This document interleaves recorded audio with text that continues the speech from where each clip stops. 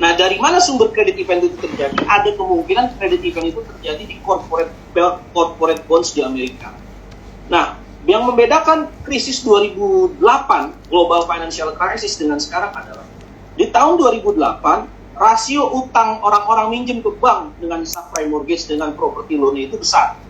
Nah, kalau sekarang yang membedakan apa? Property loan-nya turun, utang swasta, utang rumah tangganya turun, tapi utang swastanya naik atau disebut dengan corporate bonds di Amerika. Nah, yang mendorong kenaikan utang debt to GDP ratio Amerika itu naik luar biasa adalah corporate bonds di Amerika. Jadi corporate bonds di Amerika yang rasionya tadi hanya 35% dari GDP Amerika, sekarang per 2022 naik jadi 66% dari rasio GDP Amerika. Nah, jadi ada kemungkinan akan terjadi credit insolvency di corporate bonds di Amerika. Nah, kalau itu yang terjadi mungkin akan menciptakan resesi yang cukup dalam di perekonomian Amerika. Karena tadi tingkat suku bunga akan naik dan kemungkinan besar itu akan menghantam ekonomi Amerika yang debt to GDP ratio-nya besar. Nah, sekarang pertanyaannya muncul, kalau begitu apa yang membedakan stagflasi di tahun 2022 dengan 2023 dengan tahun 1970 lagi? Jadi stagflasi di tahun 1970 itu, ketika The Fed menaikkan tingkat suku bunga yang sangat tinggi ini untuk mengkompensasi orang supaya nggak buang dolar, mereka juga nervous sebenarnya. Nervousnya apa? Sekarang ini, kalau Bapak Ibu pegang US Treasury dengan kupon yieldnya 5 tahun di tahun 1974 dan di 1980 jadi 17%, nilai obligasi Bapak Ibu di secondary market kalau Bapak Ibu beli 10 tahun itu tinggal setengahnya. Nah, itu yang membuat orang nggak akan mau pegang dolar terus-terusan. Nah, akibatnya apa? Di tahun 1970, supaya orang permintaannya terhadap dolar itu persisten, supaya permintaan orang terhadap dolar tetap persisten, maka di tahun 1970 itu dibuat suatu perjanjian dengan negara-negara Saudi Arabia dan negara-negara OPEC, di mana Amerika dan Saudi Arabia terutama yang paling penting karena dia penghasil minyak terbesar di dunia, mereka bekerja sama untuk di mana Arab Saudi diminta untuk hanya menjual minyaknya dia dengan dolar. Jadi ketika dolar tidak bisa lagi dikonvert terhadap emas, maka Amerika mencari cara bagaimana caranya supaya permintaan terhadap dolar persisten, sehingga yield US Treasury-nya itu bisa turun. Sehingga Amerika tidak perlu banyak ngasih bunga ke negara-negara yang minjemin dia. Nah, untuk supaya orang minta dolar secara persisten, maka dibuatlah yang perjanjian yang disebut dengan petrodollar monetary system antara Menteri Luar Negeri Amerika saat itu Henry Kissinger dengan Raja Faisal saat itu, atau Raja Saudi saat itu. Di mana harga minyak itu ditentukan oleh Amerika dengan menggunakan dolar. Makanya pembentukan harga minyak itu adanya di Inggris dan di Texas, West Texas Intermediaries, dan adanya di London Mercantile Exchange, LME. Nah, itu yang mendasari sejarah kenapa minyak itu tidak di-anchor di Saudi Real misalkan. Karena mereka bikin mutual agreement di mana Amerika menjamin keamanan kerajaan Saudi, menjamin keamanan kerajaan negara-negara OPEC Timur Tengah, dengan timbal hasil negara-negara Saudi itu mau hanya menjual minyak dengan dolar. Ini yang disebut dengan petrodollar monetary system. Akibatnya, ini IMF, ini tulisan dari IMF langsung. IMF akhirnya membuat suatu skema di mana terjadinya rice recycling petrodollar system, di mana negara-negara penghasil minyak itu menabung dengan dolar. Nah, dolar hasil tabungan negara-negara OPEC itu akan dipinjemin Amerika ke negara-negara defisit minyak. Sehingga negara-negara defisit minyak seperti Indonesia, terus misalkan Afrika, terus juga India, China, ketika mereka mau beli minyak, mereka tinggal minjem ke IMF atau ke bank-bank di Amerika dan mereka dikasih dolar untuk beli minyak. Nah, sehingga permintaan terhadap minyak ini, permintaan terhadap dolar ini tinggi sekali karena sistem petrodollar monetary system ini. Nah, sebenarnya konflik yang terjadi di Rusia sekarang, konflik antara Ukraina yang terjadi di Rusia sekarang itu sudah saya prediksi sejak tahun 2020. Ini tulisan saya ya, di tahun 2020 ya. Jadi ini tulisan saya di tahun 2020. Bapak Ibu bisa search tulisan saya dan Bapak Ibu bisa merangkum semua presentasi saya ini kalau Bapak Ibu baca tulisan saya. Ini saya tulis di Investor Daily, Bapak Ibu gratis bisa baca, download itu gratis. Ini saya tulis di tahun 2020 mengukur dampak pemilu AS terhadap ekonomi Indonesia. Jadi sejak tahun 2020 saya sudah prediksi akan terjadi pecah perang di Ukraina kalau yang terpilih adalah Presiden Biden. Dan terus kemudian di Juninya 2021 saya prediksi akan terjadi peningkatan tensi geopolitik di Eropa dan juga di Laut Cina Selatan. Sehingga pemerintah Indonesia harus mengeluarkan cepat-cepat undang-undang Omnibus Law untuk membentuk bullion bank. Jadi supaya nanti kalau misalkan fund manager kita panik nih, misalkan perang ini escalate, terus mereka panik kayak sekarang, terus mereka hajarnya dolar kan. Nah, saya pengen pemerintah itu bikin bullion bank di mana pemerintah bisa nerbitin sukuk atau obligasi berbasis emas, sehingga fund manager kita kalau jualan barang nggak perlu beli US Treasury, cukup beli emas, obligasi yang berbasiskan emas. Ini saya tulis juga. Karena saya sudah antisipasi perang ini akan terjadi. Puncaknya, pada November 2021 saya tulis risiko geopolitik dan ancaman hyperinflation. Jadi saya sudah prediksi kondisi ini akan terjadi. Nah, akibatnya pecahnya benar terjadi dan hyperinflation benar-benar terjadi. Nah, ini prediksi saya setelah perang Ukraina, akhir dari petrodolar yang tadi saya tulis, ada kemungkinan ujung dari perang ini adalah Rusia dan China akan mencoba mengakhiri sistem petrodolar tadi.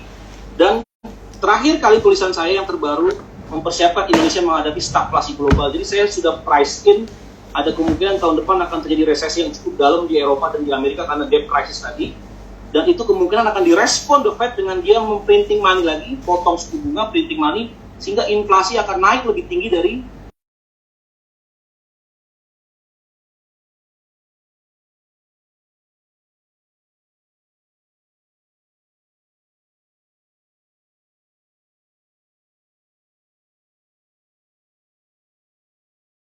pangsa pasarnya turun terus. Di tahun 1999 itu orang menggunakan dolar itu 75%. Sekarang orang menggunakan dolar untuk ekspor impor tinggal 59%. Siapa yang menggantikan pangsa pasar ini? China. Ini yang warna merah ini adalah yuan. Jadi yuan itu naik terus pangsa pasar ekspor impornya. Kenapa yuan terus menerus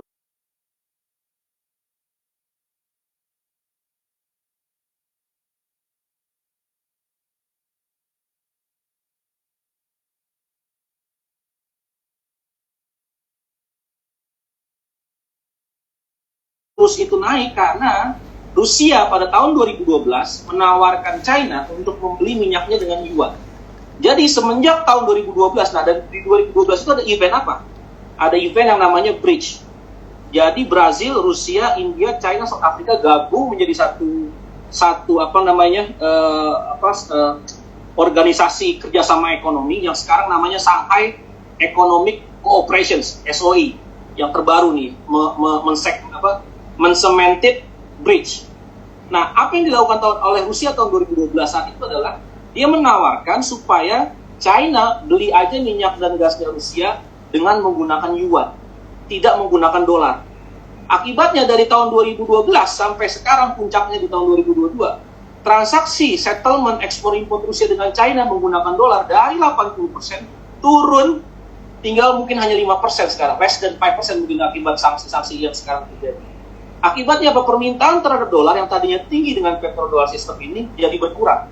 Ditambah Amerika jadi negara surplus komoditi ekspor migas. Karena setelah Shale Oil Revolution ditemukan, Amerika surplus. Nah, yang jadi negara net importer terbesar itu China.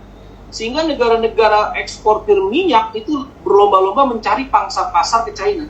Nah, supaya pangsa pasar ekspor Rusia itu tetap besar di China, Rusia menawarkan beli aja pakai minyak dan gas. Nah, dampak dari kebijakan Rusia itu apa? Menghancurkan transaksi dolar yang terjadi.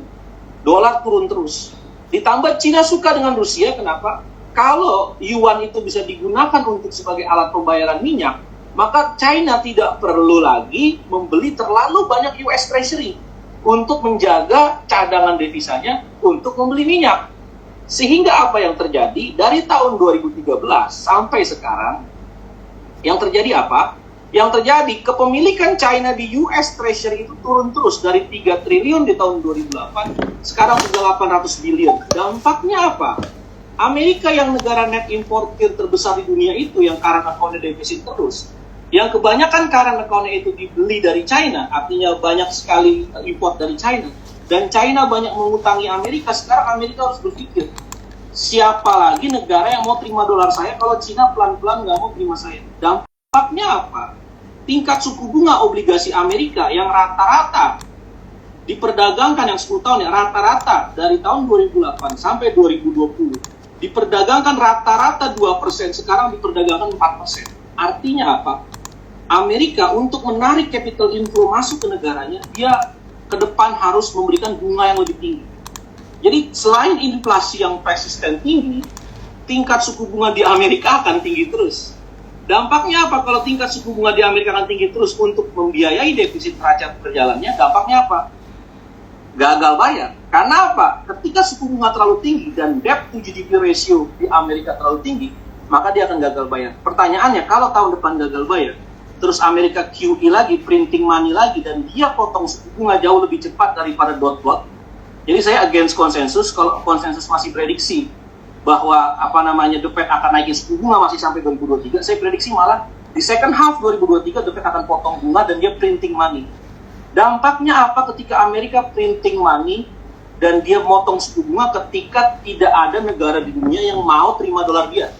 Atau negara-negara kreditor yang susah terima dolar karena apa? Daya beli dolar terus turun terhadap komoditas. Apa yang terjadi? Inflasi akan jauh lebih tinggi daripada posisi 2022 ini. Jadi inflasi akan terus naik tinggi, harga komoditas akan terus naik tinggi. Kita nggak tahu sampai kapan harga komoditas terus turun ya. Kalau kita baca kemarin berita Glencore, trading batubara terbesar di dunia itu, mereka tetap pasang kontrak harga batubara $387 sampai dengan September kalau nggak salah 2023. Karena apa? Harga komoditas diprediksi harga energi diprediksi itu akan terus tinggi. Dan mungkin prediksinya akan lebih tinggi lagi. Karena apa? Nanti orang ketika tingkat inflasi itu belum turun, tapi The Fed printing money, dan dia potong suku bunga, yang terjadi apa untuk menyelamatkan supaya tidak terjadi depresi di Amerika atau financial crisis di Amerika? Dampaknya apa? Komoditas akan rally terus, harga emas akan berbalik menguat kencang, komoditas seperti energi, batu bara, CPO itu akan naik terus tinggi. Begitu Amerika melakukan itu. Contohnya udah ada, Jepang, BOJ.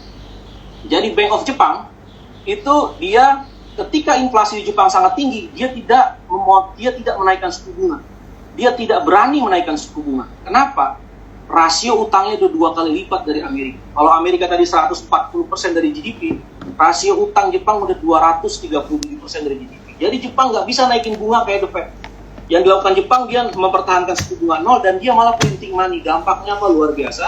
Japanese yen terdepresiasi 35% year to date. Akibat Japanese yen terdepresiasi, pecahlah currency war. Langsung yuan terdepresiasi 17%. Ini kalau bulan Juni yuan terdepresiasi 5,3%, yuan terdepresiasi 15%. Kenapa? Karena begitu negara-negara eksportir manufacturing seperti China devaluasi 30%, China harus devaluasi, kalau enggak ekspornya dia kalah, manufacturingnya kalah. Dia harus devaluasi. Begitu China devaluasi, seluruh mata uang Asia Tenggara devaluasi seperti rupiah. Jadi rupiah ini melemah bukan karena fundamental kita yang lemah, tapi karena rupiah harus melemah untuk menjaga daya saing manufacturing kita. Jadi sekarang seluruh dunia mengalami currency war dengan dolar. Nah, ketika dolar terlalu kuat, orang bilang, wah dolar perkasa. Saya bilang enggak. Sebenarnya ini adalah waktu kritis bagi Amerika. Kenapa? Kalau dolar terlalu tinggi, balik lagi. Apa yang terjadi? Manufacturingnya kalah bersaing. Kalau manufacturingnya Amerika kalah bersaing, Amerika nggak bisa ekspor. Apa yang terjadi? Importnya akan makin tinggi. Karena account defisitnya akan makin tinggi. Nah, kalau karena account defisitnya makin tinggi, dia butuh capital inflow lagi. Nah, kalau dia butuh capital inflow lagi, sedangkan nggak ada yang mau minjemin dia, apa yang terjadi? Yield US Treasury-nya harus naik. Makanya minggu lalu kita lihat yield US Treasury yang 10 tahun. Udah turun dari 4% ke 3,8, 3,6, naik lagi. Artinya apa? Ada kemungkinan Amerika karena account defisit itu di kuartal keempat naik lagi. Sehingga yield-nya harus naik lagi. Nah, kalau yield harus naik lagi, apa yang terjadi? Tekanan bagi corporate bonds di Amerika akan sangat berat. Tekanannya akan sangat berat. Kenapa tadi? Debt to GDP ratio, US Treasury-nya udah 140%, utang corporate-nya 60%, jadi kalau kita total, utang corporate dan negaranya udah 240% dari GDP, yield-nya naik terus, inflasinya naik terus, tapi mereka jualan barang nggak bisa. Jadi kasihan sekali manufacturing Amerika. Jualan barang kalah bersaing sama Cina sama Jepang, karena Cina dan Jepang terus devaluasi mata uangnya. Ketika mau minjem uang, yield-nya naik terus, bunga pinjaman bebannya naik, raw materialnya naik. Apa yang terjadi? Manufacturing Amerika collapse. Makanya kalau kita lihat Purchasing Manager Index di Amerika itu sekarang yang manufacturing udah drop di bawah 48. Jadi tinggal nunggu waktu sebenarnya Amerika ini akan resesi. Nah, tapi kalau resesi, Amerika nggak bisa lagi escape dengan printing money seperti apa yang terjadi di 2008, apa yang terjadi di 2020. Karena begitu dia printing money, orang akan lose trust terhadap dolar. Jadi porsi dolar ini akan semakin turun sebagai global reserve currency. Kalau sekarang udah 59%, jangan turun.